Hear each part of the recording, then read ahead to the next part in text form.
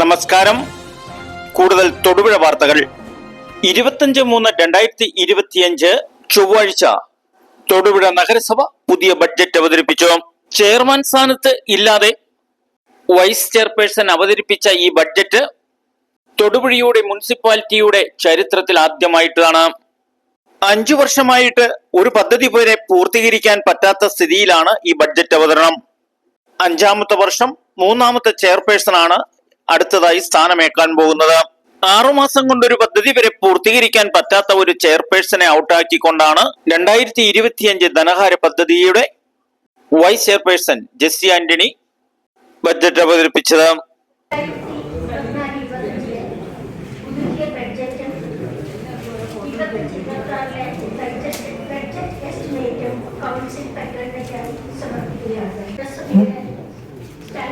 ചെയർമാൻമാർ, കൗൺസിലർമാർ, നഗരസഭാ സെക്രട്ടറി, വകുപ്പ് മേധാവികൾ, ജീവനക്കാർ, മാധ്യമപ്രവർത്തകർ, മുനിസിപ്പാലിറ്റിയിലെ 60,000-ലധികം വരുന്ന ജനങ്ങളുടെ പ്രതിനിധികളാണ് ഈ ഹാളിൽ ഇരിക്കുന്ന 34 കൗൺസിലർമാർ എന്ന വസ്തുത സ്മരിക്കുമ്പോൾ ഓരോ കൗൺസിലർമാരുടെയും പ്രാതിനിധ്യവും പ്രസക്തിയും എത്രമാത്രമാണെന്ന് ഞാൻ ഓർത്തു പോവുകയാണ്. ഉയർന്ന നിലവാരം പുലർത്തുന്ന പൊതുപ്രവർത്തകരാണ് തൊടുപുഴയിലെ കൗൺസിലർമാർ എന്നുള്ളതിൽ തൊടുപുഴയ്ക്ക് അഭിമാനിക്കാം.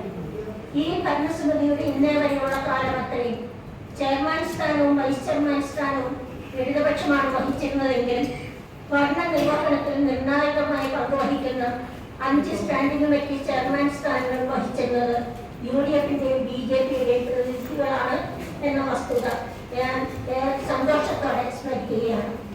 ഭരണപക്ഷവും പ്രതിപക്ഷവും എന്ന വേർതിരിവിൽ പ്രസക്തിയില്ലാതെ ഒറ്റക്കെട്ടായി മുന്നോട്ട് പോകാൻ ജനങ്ങളാൽ വിധിക്കപ്പെട്ട കേരളത്തിലെ അർത്ഥപൂർണമായ ഒരു മുനിസിപ്പൽ കൗൺസിലാണ് തൊടുപുഴയിലുള്ളത്. എത്തിച്ചേരാത്ത കാർഷിക ഗ്രാമീണ സ്വഭാവമുള്ള കുറേയേറെ പ്രദേശങ്ങൾ നമ്മുടെ മുനിസിപ്പാലിറ്റിയിലുണ്ട്. എല്ലാവരുടെയും ആവശ്യങ്ങൾ കഴിയുന്നത്ര നിറവേറ്റണം എന്ന ഉദ്ദേശത്തോടെയാണ് ഈ ബഡ്ജറ്റ് തയ്യാറാക്കിയിട്ടുള്ളത് എന്ന് വിനയപൂർവ്വം പറയട്ടെ. വൈസ് ചെയർപേഴ്സൺ ജെസ്സി ആന്റണി അവതരിപ്പിച്ച ഈ ബഡ്ജറ്റ് വളരെ നിരാശകരമെന്നും BJPയുടെ കൗൺസിലർ TS രാജൻ പാർട്ടിയിൽ നിന്ന് പുറത്താക്കപ്പെട്ടെങ്കിലും ബഡ്ജറ്റ് ജനോപകാരപ്രദമല്ലെന്ന് ശക്തമായി തന്നെ വിമർശിച്ചു, അവകാശപ്പെട്ടു. എന്നാൽ ബഡ്ജറ്റ് വളരെ നിരാശകരമെന്ന് മുൻ ചെയർപേഴ്സൺ സനീഷ് ജോർജും അവകാശപ്പെട്ടു. ബഡ്ജറ്റ് ബുക്ക്ലെറ്റിൽ പേരെ തന്റെ ഫോട്ടോ ഒഴിവാക്കിയത് വാശിയും വ്യക്തിവൈരാഗ്യവും തീർക്കുന്ന ഒരു ഭരണ സംവിധാനമാണ് ഇവിടെ നിലനിന്നിരുന്നതെന്നും ജനങ്ങൾക്ക് ഉപകാരപ്രദമായ ഒരു പ്രവർത്തനങ്ങളും ചെയ്യാൻ താല്പര്യപ്പെടാത്ത ചില രാഷ്ട്രീയ അജണ്ടകൾ മാത്രം നടപ്പാക്കുന്ന മുനിസിപ്പാലിറ്റിയുടെ ഈ ഭരണം ജനോപകാരപ്രദമല്ലെന്നും സനീഷ് ജോർജും അഭിപ്രായപ്പെട്ടു. സംയുക്തമായി നടപ്പാക്കുന്ന അമൃത് പദ്ധതിയുടെ 1ാം ഘട്ടം ഏതാണ്ട് പൂർത്തിയായി വരികയാണ്.